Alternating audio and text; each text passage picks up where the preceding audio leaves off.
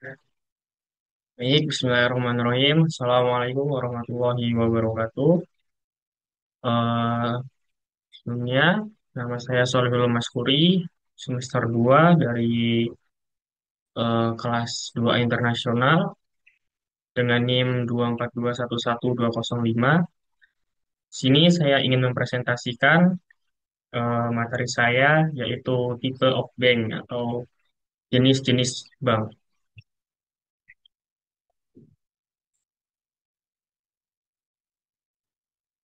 What is a bank? A bank is a financial institution whose main function is to collect funds from the public and distribute them in the form of loans or financing to support economic activities.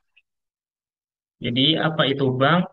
Bank adalah lembaga keuangan yang memiliki fungsi utama untuk menghimpun dana dari masyarakat dan menyalurkannya kembali dalam bentuk pinjaman ataupun pembiayaan guna mendukung kegiatan ekonomi. Selanjutnya, type bank type of bank in term of function ialah tipe-tipe bank dari segi fungsinya. The first, commercial bank and central bank, development bank, savings bank, market bank, village bank, village bank, employee bank, and others bank.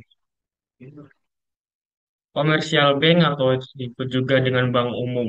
Bank umum adalah lembaga keuangan yang melakukan kegiatan usaha dalam rupiah dan atau valuta asing. Bank umum menjalankan fungsi utama menghimpun dana dari masyarakat dalam bentuk simpanan dalam kurung tabungan, giro, dan deposito, dan menyalurkannya kembali kepada masyarakat dalam bentuk kredit atau pembiayaan. Selain itu, bank umum juga menyediakan berbagai layanan perbankan seperti transfer dana, pembayaran tagihan, dan juga layanan lainnya terkait lalu lintas pembayaran.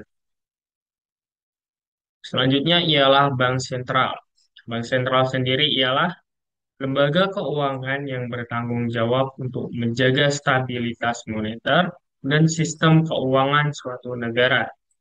Di Indonesia, Bank Indonesia menjalankan peran sebagai bank sentral. Next, Bank Pembangunan. Bank Pembangunan itu dalam bahasa Indonesia merujuk pada dua jenis lembaga keuangan. Bank Pembangunan Daerah, atau disebut juga dengan BPD, dan Bank Pembangunan Multilateral. BPD adalah bank yang didirikan dan dimiliki oleh pemerintah daerah untuk mendukung pembangunan di wilayah tersebut. Sementara Bank Pembangunan Multilateral adalah lembaga keuangan internasional yang memberikan bantuan keuangan untuk negara-negara berkembang. Selanjutnya, Bank Pasar. Bank Pasar yang juga dikenal sebagai Bank Perkreditan Rakyat atau bisa disebut juga dengan BPR adalah lembaga keuangan bank yang fokus pada kegiatan usaha mikro dan kecil, termasuk pedagang di pasar. BPR ini tidak memberikan layanan perbankan seluas bank umum, seperti giro atau valuta asing, tapi lebih berfokus pada penyediaan kredit dan simpanan dalam bentuk tabungan dan deposito. Next, Bank Desa. Bank Desa sendiri memiliki makna lembaga keuangan mikro yang beroperasi di tingkat desa. Apa sih tujuan bank tersebut? Tujuan desa itu ialah untuk menyediakan layanan keuangan yang lebih mudah diakses oleh masyarakat perdesaan. Bank desa biasanya didirikan oleh badan usaha milik desa atau singkat sebagai BUMDes, atau bekerja sama dengan lembaga keuangan desa yaitu LKD dan sahamnya dimiliki oleh desa. Fungsi bank desa meliputi penyaluran pinjaman untuk usaha kecil, simpan pinjam, serta dukungan teknis dan pelatihan bagi pelaku usaha desa. Selanjutnya, lumbung desa. Lumbung desa bisa disebut sebagai tempat penyimpanan pangan, khususnya padi atau hasil panen lainnya yang dikelola oleh masyarakat desa untuk menjaga ketersediaan pangan, terutama saat paceklik atau krisis. Lumbung desa juga berperan dalam memperkuat ketahanan pangan di tingkat desa dan menjadi bagian dari budaya masyarakat perdesaan. Selanjutnya ialah bank pegawai. Bank pegawai sendiri memiliki makna seseorang yang bekerja di lembaga perbankan, baik itu bank umum, bank syariah, atau bank lainnya. Mereka memiliki berbagai peran dan tanggung jawab, serta melayani nasabah, mengelola transaksi, dan memberikan informasi produk keuangan. Selanjutnya, in term of ownership, yang dilihat dari segi kepemilikannya. Yang pertama, the first, government of owned bank. This bank is a bank whose date of establishment and capital are fully owned by the government of Indonesia. So all profit of this bank are owned by the government as well. Example, Bank Negara Indonesia, Bank Rakyat Indonesia, Bank Tabungan Negara, dan juga Bank Mandiri.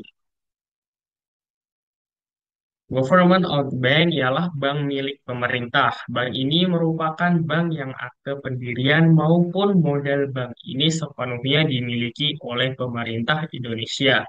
Sehingga seluruh keuntungan bank ini dimiliki oleh pemerintah pula.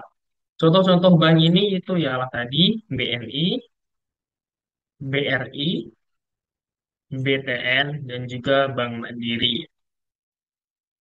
Selanjutnya, National Private Bank. A bank wholly or partially owned by the national private sector, with private ownership and profit sharing for private benefit. Example, Bank Sentral Asia, Bank Danamon, dan Bank Mega. National Private Bank itu bank milik swasta nasional, merupakan bank seluruh atau sebagian besar sahamnya itu dimiliki oleh swasta nasional. Kemudian kependiriannya oleh swasta dan pembagian keuntungannya itu untuk keuntungan swasta pula. Contohnya itu tadi ada BCA, Bank Danamon, dan juga Bank Mega. Selanjutnya cooperative owned bank. A bank whose shares are owned by a cooperative legal entity. An example of this type of bank is the Indonesian Cooperative Commercial Bank atau BUKOPIN. Bank milik koperasi merupakan bank yang kepemilikan saham-sahamnya dimiliki oleh perusahaan yang berbadan hukum koperasi. Contoh bank ini, contoh bank jenis ini ialah Bank Umum Koperasi Indonesia atau disebut juga dengan Bukopin. In term of status, dari segi statusnya, operasional area. Nomor satu ialah bank devisa. Bank devisa sendiri ialah merupakan bank yang dapat melaksanakan transaksi ke luar negeri atau yang berhubungan dengan mata uang asing secara keseluruhan. Selanjutnya ada bank non-devisa, merupakan bank yang belum mempunyai izin untuk melaksanakan transaksi sebagai bank devisa sehingga tidak dapat melaksanakan transaksi seperti halnya bank devisa. Selanjutnya jenis-jenis kantor bank. Yang pertama ialah kantor pusat. Kantor pusat bank adalah kantor utama suatu bank yang berfungsi sebagai pusat pengendalian dan atau kepemilikan atas satu atau lebih afiliasi. Kantor pusat juga bisa menjadi tempat di mana kebijakan moneter dan aktivitas ekonomi suatu negara ditetapkan dan diawasi, terutama untuk bank sentral sendiri. Selanjutnya, kantor cabang penuh. Kantor cabang penuh dalam bank adalah kantor cabang yang memiliki kewenangan penuh untuk melakukan seluruh jenis transaksi perbankan, seperti pembukaan rekening, transaksi tunai, pinjaman, dan lain sebagainya. Sebagaimana yang dilakukan di kantor pusat, kantor cabang penuh biasanya berlokasi di kota-kota besar atau pusat bisnis. dan melayani berbagai kebutuhan finansial nasabah. Selanjutnya ada kantor cabang pembantu. Kantor cabang pembantu atau disingkat KCP dalam dunia perbankan adalah kantor cabang yang lebih kecil yang berada di bawah kantor cabang utama KCU dan memiliki kegiatan operasional yang lebih terbatas. KCP didirikan untuk memperluas jangkauan layanan bank ke wilayah yang lebih kecil atau lokasi yang jauh dari kantor cabang utama. Selanjutnya ialah kantor kas. Kantor kas bank adalah kantor cabang perbankan yang fokus pada layanan kas, seperti penarikan dan penyetoran uang tunai, serta transaksi keuangan lainnya yang tidak melibatkan penyaluran dana. Kantor kas biasanya menjadi bagian dari kantor pusat atau cabang utama bank dan membantu melayani nasabah di area tertentu. Yang terakhir ialah kesimpulan. Kesimpulan saya dari presentasi saya ini ialah bank sebagai lembaga intermediasi, bank sebagai lembaga intermediasi keuangan memiliki peranan yang sangat vital dalam sistem perekonomian suatu negara.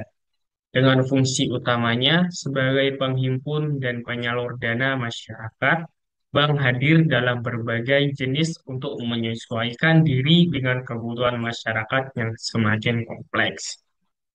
Demikian presentasi yang dapat saya sampaikan. Bila dari awal dan akhir ada salah kata, saya mohon maaf yang sebesar-besarnya. Saya akhiri.